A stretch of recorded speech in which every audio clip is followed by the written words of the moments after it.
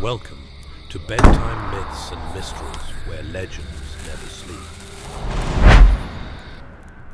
Welcome to Bedtime Myths and Mysteries. Tonight, we slip behind velvet curtains and cross the threshold into a world where the lights never fully die, where old soundstages breathe like sleeping giants, and where a single shadow has been whispered about in studio hallways for nearly a century. It is a story born in a time of silent reels and grand illusions, and it clings still to the dust of Hollywood's golden age. This is the tale of the Phantom of Stage 28, the ghost who never left Universal Studios. The story begins long before the hauntings did, back when the film industry was young and hungry, built on smoke, mirrors, and the stubborn belief that dreams could be carved out of plywood and paint. In 1924, Universal Pictures prepared to shoot The Phantom of the Opera, starring Lon Chaney, the man of 1,000 faces, a figure whose transformations were so uncanny, so devoted, that people swore he summoned something hollow and ancient when he slipped into a role. At the heart of that film stood Stage 28, a cavernous, otherworldly soundstage known as the Phantom Stage, built to house an exact replica of the Paris Opera House interior. It was massive. Baroque balconies stacked like ribs, sweeping staircases, chandeliers heavy with cut glass tiers. Workers said the set felt too real, like an opera house torn from its foundation and trapped beneath a hot Californian sun. During production, strange things began to occur. Crew members reported footsteps echoing hours after wrap, voices drifting from the empty balconies, and what they called the lingering man, a figure glimpsed in the shadows above the stage, watching the actors with a patience that unsettled even the most hardened grips. No one could say for certain whether it was simply Chaney rehearsing unseen or someone else entirely. But when filming ended, the figure didn't leave. Over the decades, Stage 28 became a legend. Actors, electricians, set painters, each generation whispered its own version of the same events, a spotlight flickering to life on its own, illuminating the place where the Phantom once stood. A cold pocket of air drifting through the room, even when the giant studio doors were sealed tight. The sensation of being observed from the ornate balconies, a gaze that carried neither malice nor welcome, only a quiet insistence that you were not alone. One night in the 1940s, a security guard claimed he saw a man wandering between the balconies, dressed in a long coat that fluttered despite the still air.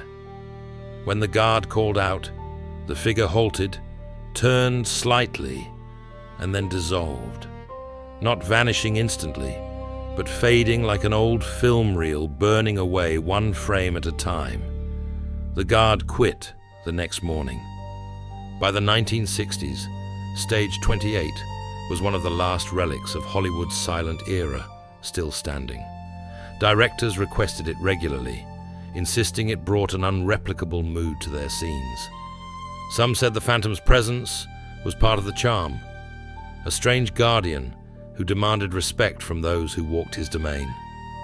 A handful of actors even admitted they left small offerings in the wings before a take. A matchbook, a cigarette, a scrap of script folded like a prayer. The sightings continued. A camera operator working on a television special in the late 1970s reported that while adjusting a light, he felt a firm tap on his shoulder. Thinking it was a grip reminding him of a cue, he turned and instead saw a man in a dark suit standing on the balcony above, still as a portrait. The figure stared at him, then drifted backward into the deeper shadows as if pulled by invisible strings. The operator reviewed the footage later, hoping the cameras caught something. They had, but only a distortion, a tall smear of black that rippled for 2 seconds before melting into the grains of the film. Even skeptics admitted Stage 28 felt charged, not hostile, not dangerous, but alive with memory, as if the building remembered every whispered line, every breath held during a dramatic pause, every footstep on those wooden floors. People said the Phantom was not haunting the stage. He was simply staying where he felt most at home. Then came 2014. Universal announced that Stage 28, nearly 90 years old, would be demolished. Technically unsafe, outdated, impractical, a relic.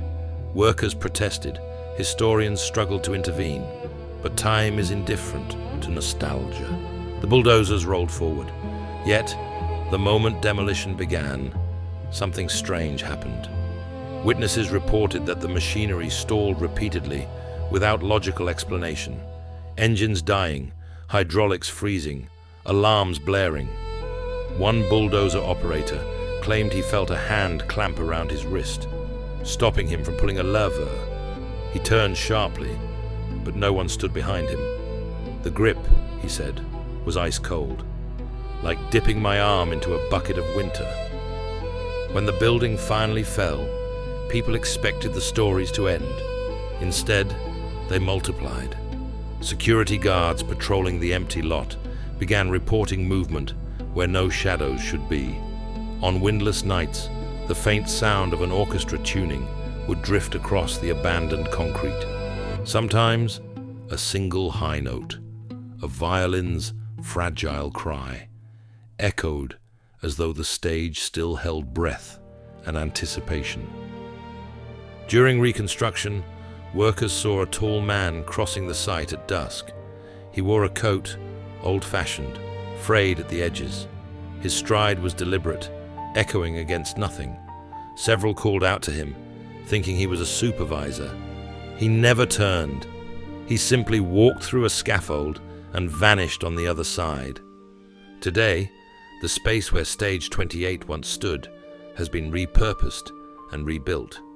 New productions now rise upon the same ground, unaware that beneath the modern lights and digital screens lies the memory of a phantom who refuses to let his story end. Crew members on night shoots still whisper among themselves. They talk about equipment that flickers for no reason, cold spots blooming in the dead center of summer, a dark silhouette perched quietly in the rafters, watching as though judging their performance. Some believe the ghost is Lon Chaney, the perfectionist, the man whose dedication to his craft bordered on spiritual.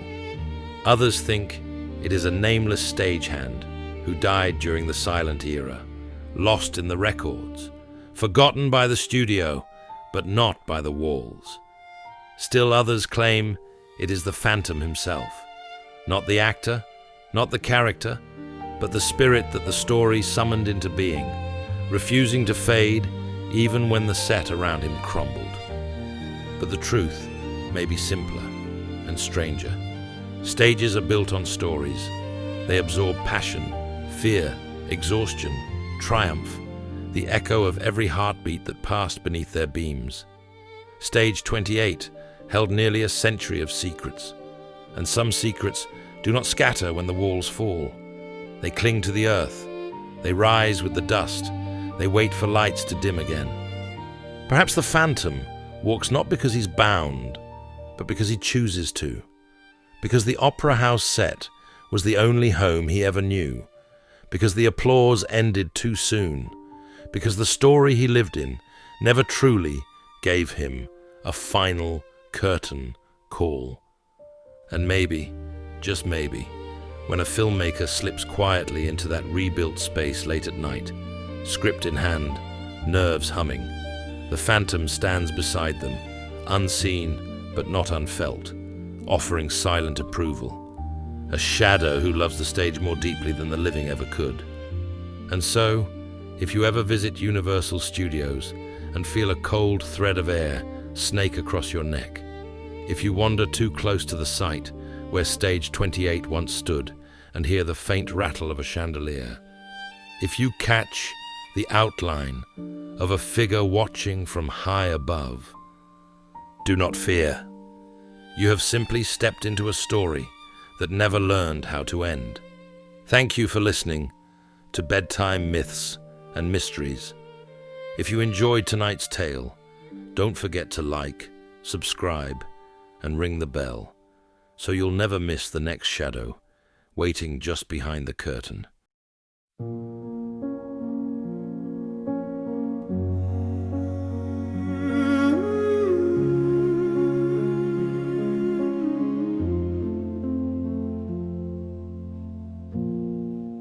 There's dust in the curtains, old breath in the room, a little sound caught in the rafters, like someone just walked through.